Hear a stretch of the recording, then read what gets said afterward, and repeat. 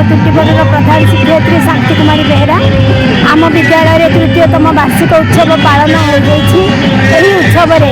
आमर अध्यक्ष महोदया श्री सरस्वती माझी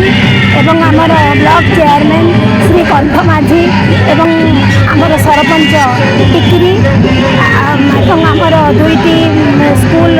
साहू बाबू एवं अन्य सम्मान्य अतिथिगण तथा मोर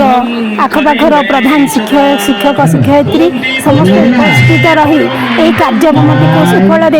समापन करशेष धन्यवाद ज्ञापन करुच्ची सहित मीडिया बंधु समस्ते आसी मोर यही उत्सव को अति साफल्य मंडित कर आम स्कूल जो अभाव असुविधा रही ताकू मुझे आगे उपस्थापना करी से मोर स्कूल गोटे डाइनिंग हॉल नहीं से डाइनिंग हॉल दायित्व नहीं मते श्री सरस्वती माझी अध्यक्ष महोदया एवं ब्लॉक चेयरमैन कंठ माझी ब्लॉक चेयरमैन से मते प्रतिश्रुति मो ना सरस्वती माझी जिला परिषद अध्यक्ष रायगड़ा आज आमर तृतीयतम वार्षिक उत्सव आमर थोटी आश्रम स्कूल विद्यालय थोटीबोर्ड ठारे आयोजित होती जो थे कि विभिन्न जो क्रीड़ा हो नाच हो गीत हो सबू सबू धंदामूलक कार्य आमर छोट छोट भौणी भाई माने माने पार्टिसिपेट करके कृतित्व लाभ कर जो थे कि मत बहुत खुशी लगे आज मोर यही वार्षिक उत्सव आसी मोर पिलादिन भी बहुत कथा मन पड़ा जो थे कि मुझे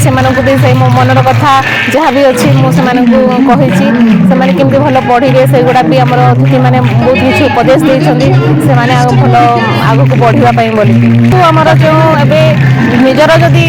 गोटे छात्र जदि निजर लक्ष्य जदि ना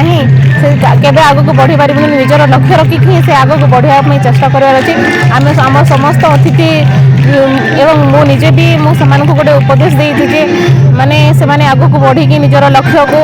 निजर स्वप्न देखी से साकार करने निजर लक्ष्य जोटा रखिंट आग को जमी से लक्ष्य भी पहुँचापी हीरो माने हीरो होगापी माने आपड़ जो कोशिश कले से माने आग को बढ़ापी भी से बहुत चेष्टा करेंगे बोले मुझे आशा करुँची भाव में आमर डाइनिंग हॉलटा ये खराब अच्छी आम प्रशासन भी जानते आगामी दिन में आम वर्षा दिन पूर्व आम डाइनिंग विद्यालय डाइनिंग हॉल समस्या आम दूर करने चेष्टा करूँ एवं पानी समस्या भी जोटा अच्छी से भी आम दूर करने चेष्टा करूँ विभिन्न प्रकार जो आयोजन करा तुमको साहाय्य करा सहयोग करा केवल पिला भविष्य शिक्षक मान भविष्य नुहे तेणुक पिला मो उपदेश दूसरी तुम्हें प्रतियोगितामूलक भाव में तुम्हें समस्ते जदि आग को आसब प्रत्येक क्षेत्र में तुम पारदर्शिता तुम निजर पारदर्शिता देखई पारे आमे